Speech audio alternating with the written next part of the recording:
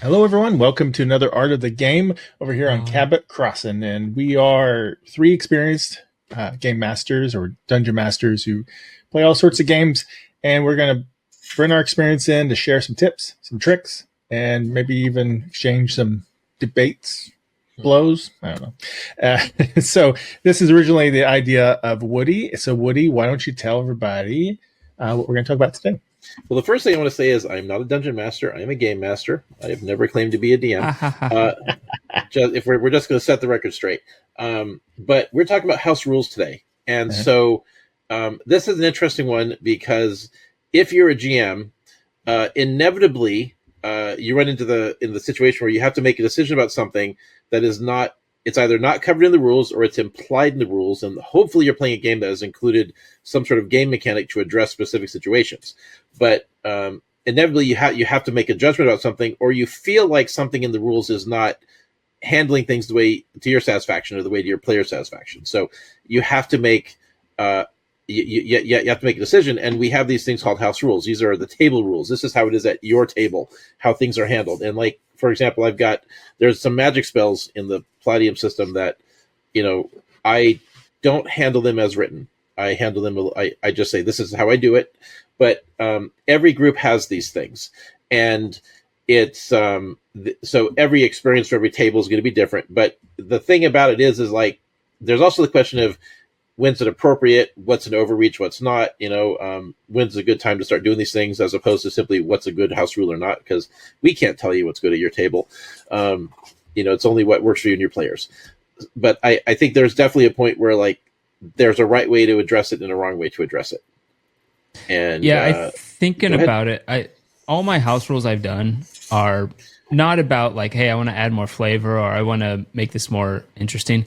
All my house rules are around. I think 5e is missing this because most of my house rules are with 5e.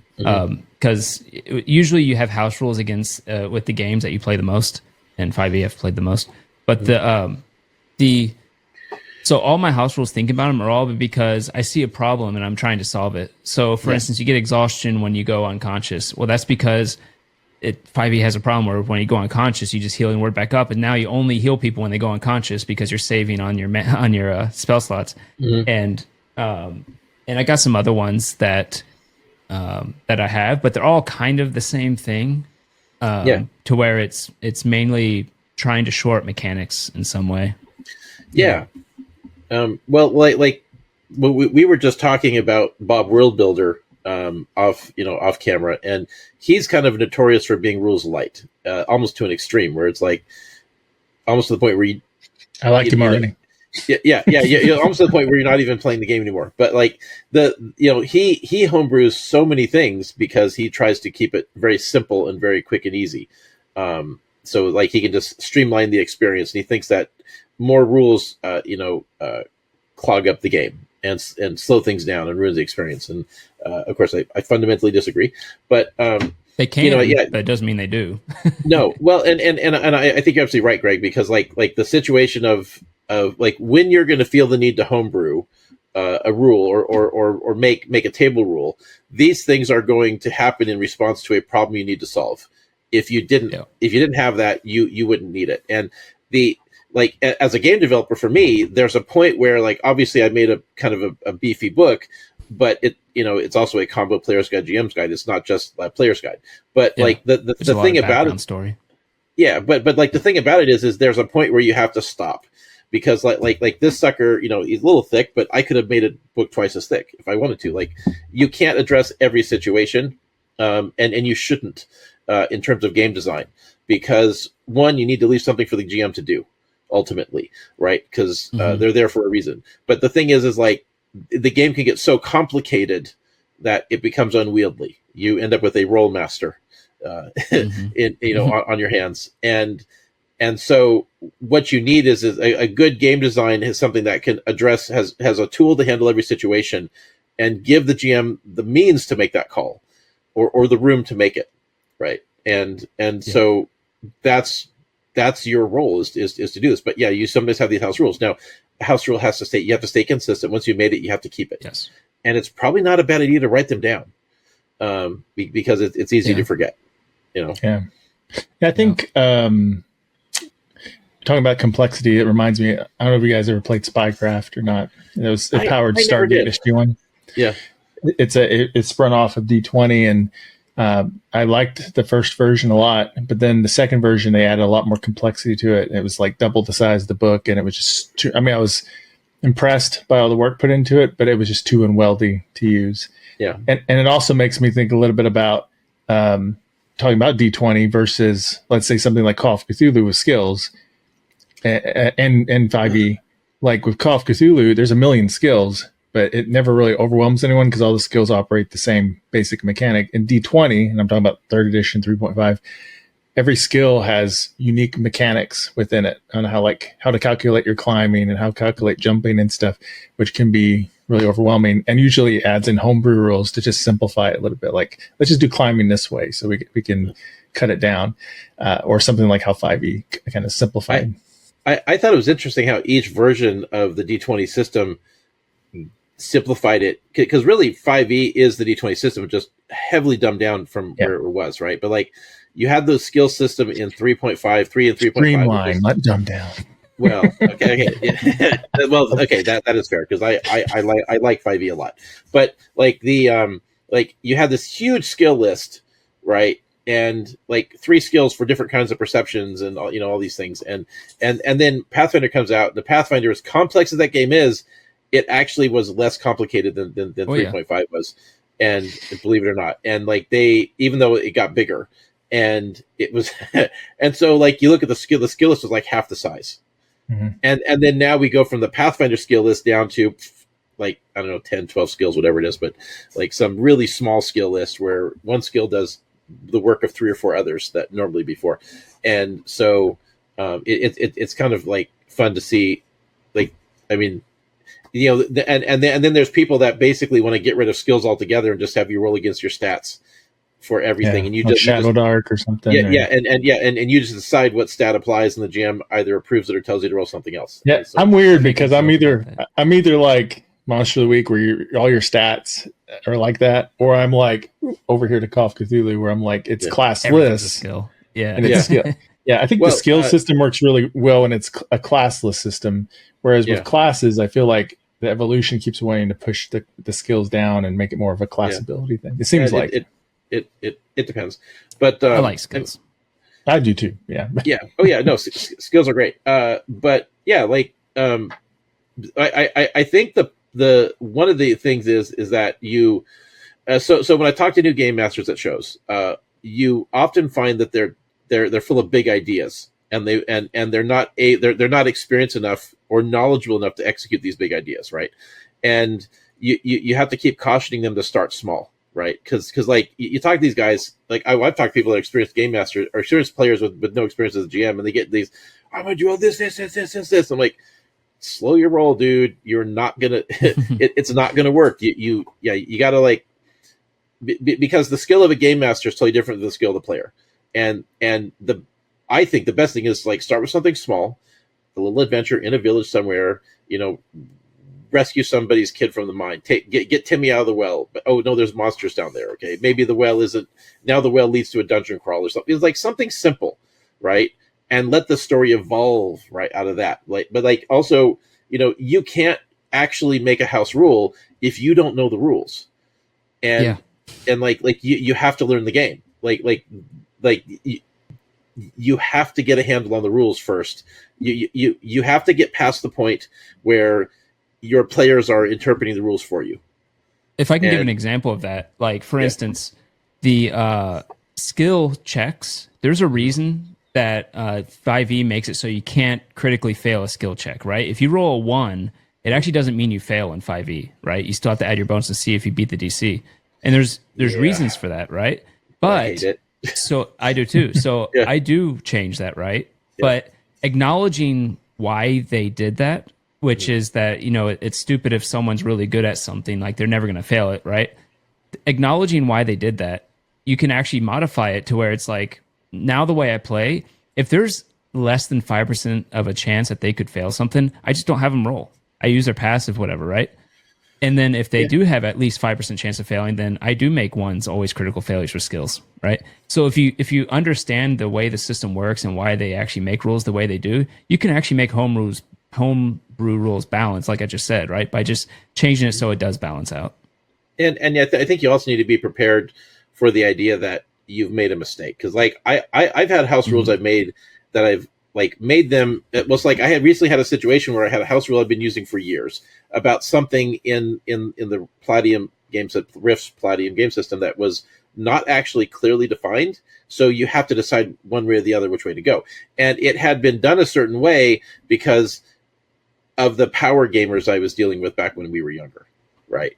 But you get to a point where suddenly you're not playing with those kinds of people anymore, and you're still applying the same house rule. It's like, oh, the experience has evolved. I can't keep doing it that way. It doesn't work, right? And because you're not playing with power gamers, or something has changed, and you realize that the ruling you made was wrong, and the ruling I made I think was always wrong because instead of getting better as a GM and rising to the occasion to deal with these a-holes, for lack of a better term. Like, I mean, they're my friends, but like, they knew what they were doing. But like, friends are assholes too.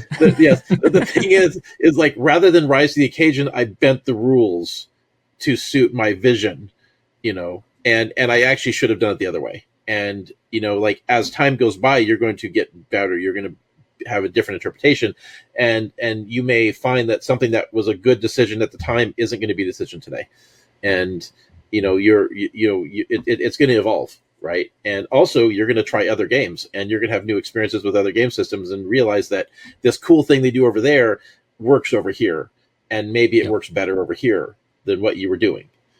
Yeah. I definitely have an example of one where every single time someone plays a rogue, they shoot from a hidden position. Every single time they want me to homebrew to where they're not necessarily seen whenever they shoot someone, right? No. and I'm like, sorry, I'm not doing that homebrew rule. That does not balance at all. No. I got to get a book out. Hold on a second, guys. Let me grab something off my shelf. Okay. Let's watch Woody. Bring down my SDF1 thing. So I totally know what that is. That's a type of sunscreen, right? No, that SPF1.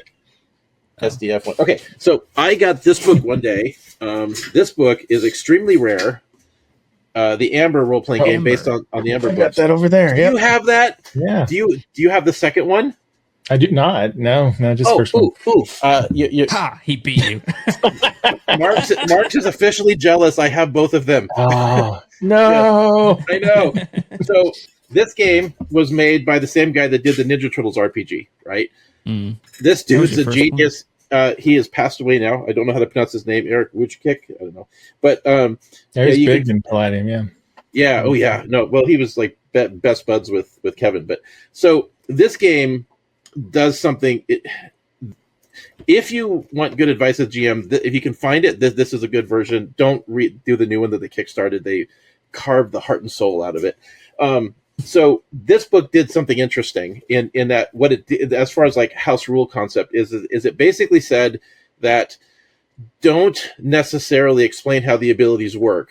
Make the players figure it out as they go.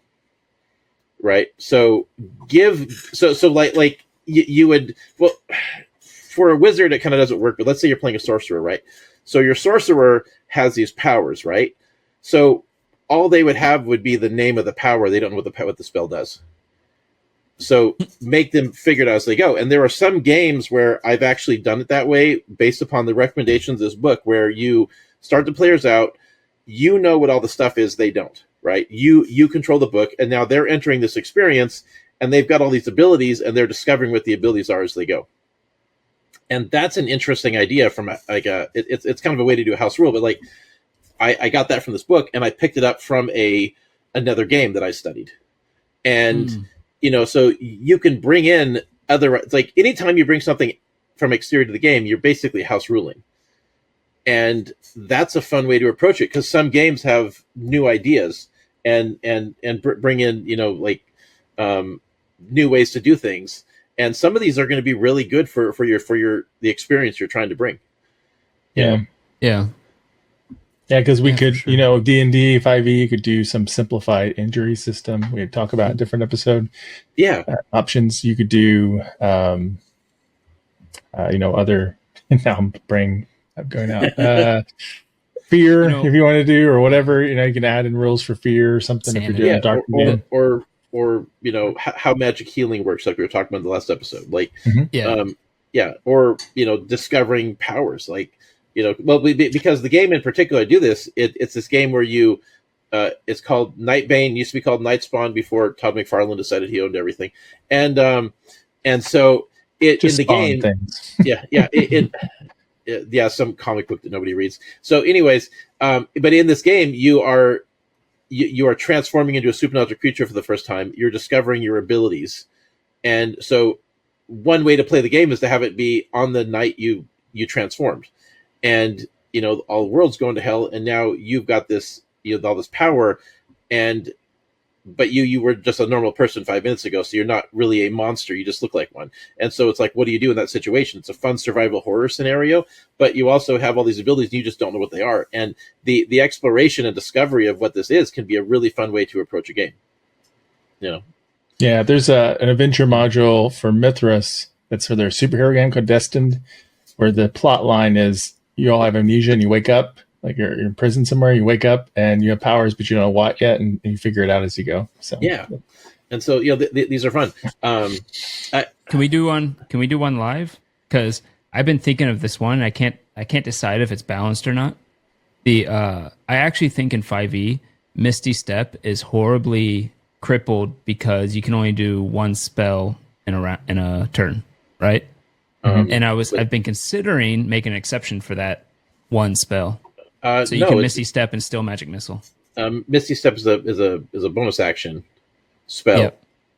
Oh, I see. You're talking about like one spell, one cantrip. Yeah, you can do one spell, one cantrip, but you can't Misty Step and Fireball, let's say, right?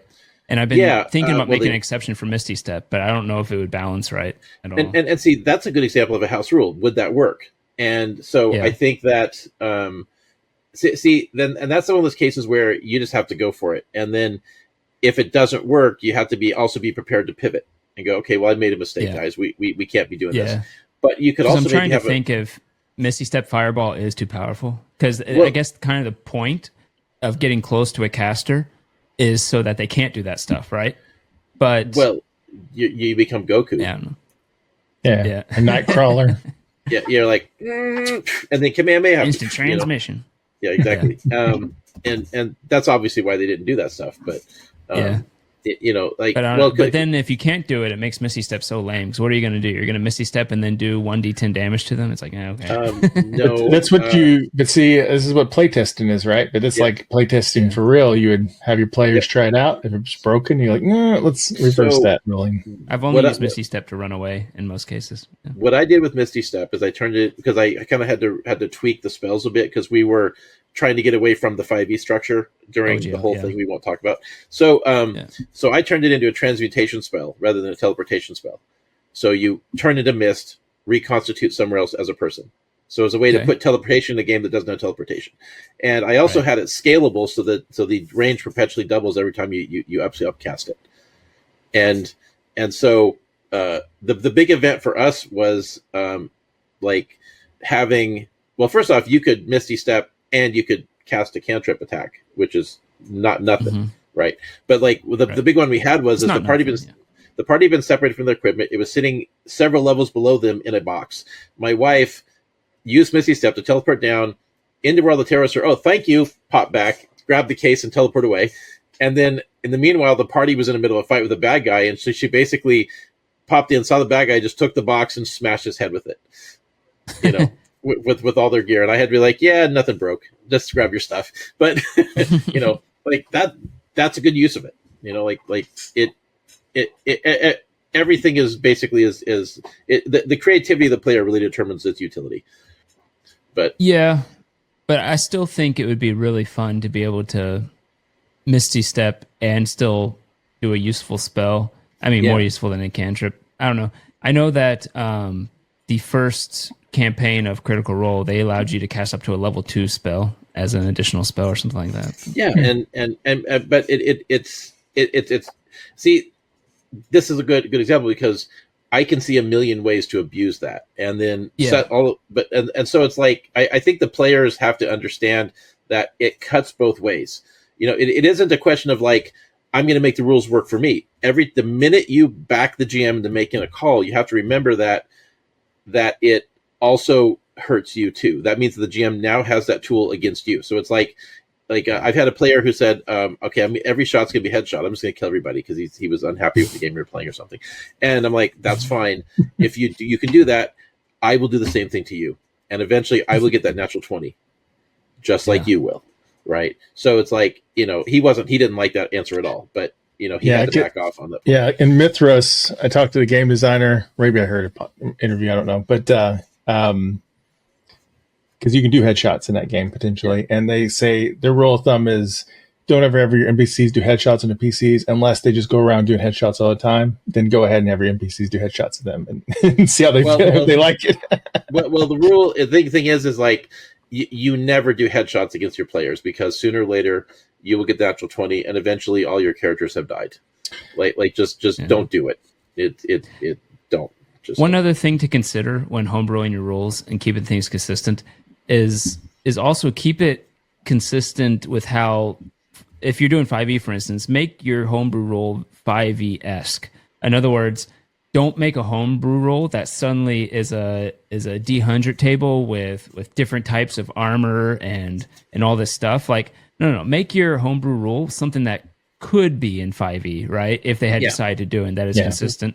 Don't try to mix very different systems into as a homebrew rule. That's always a bad idea. It's almost like you're trying to grapple in 3.5. Yeah, I have tried that. Yeah, it's clumsy. Like you know, like you can take a special ability and transplant it in. Like, you know, like, okay, I'm going to use this ability for that. We're going to build a class. We're going to use this ability because it's a cool game mechanic, but it still has to fit the structure. It's like one thing that's a problem with Rifts, right, is that like they didn't have a perception skill or ability in the beginning, and so, but nobody knew this feature was missing from our modern RPGs until somebody added it in. It's like, oh, we could roll for that. That's neat. But like it used to be, it's like, well, I just tell you it's there and we just move on. And nobody even noticed it was missing because most early games didn't have those kinds of mechanics, right? I know, Greg, it's amazing. It's hard to believe, right? But like, I know, right? But like, no, most games just didn't have that stuff. And then suddenly we have it. And all of a sudden it's like, it's so basic to the experience.